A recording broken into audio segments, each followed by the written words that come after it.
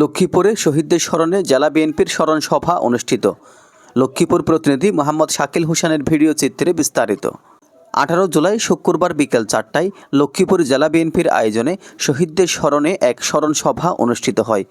July August গণ অভ্যুত্থান, শোক ও বিজয়ের বর্ষপূর্তি উপলক্ষে এই সভার আয়োজন করা হয়।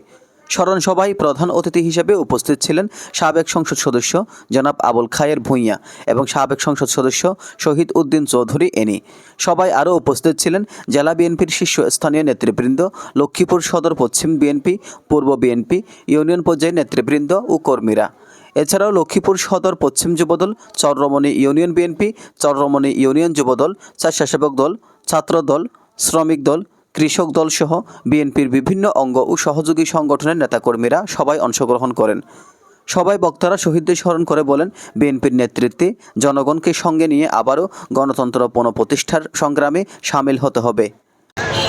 আমি এখানে মিটিং করেছি, তখন আমি জেলা বিএনপির সভাপতি দায়িত্ব পালন করছি। আমি সকল নেতৃবৃন্দকে বলতে পরবর্তী সবাই মিটিং করে আমাদের প্রার্থীকে জিতানোর ব্যাপারে সর্বোচ্চভাবে সাহায্য সহযোগিতা করার জন্য এজান নিজামুদ্দিন, ডেস্ক রিপোর্ট।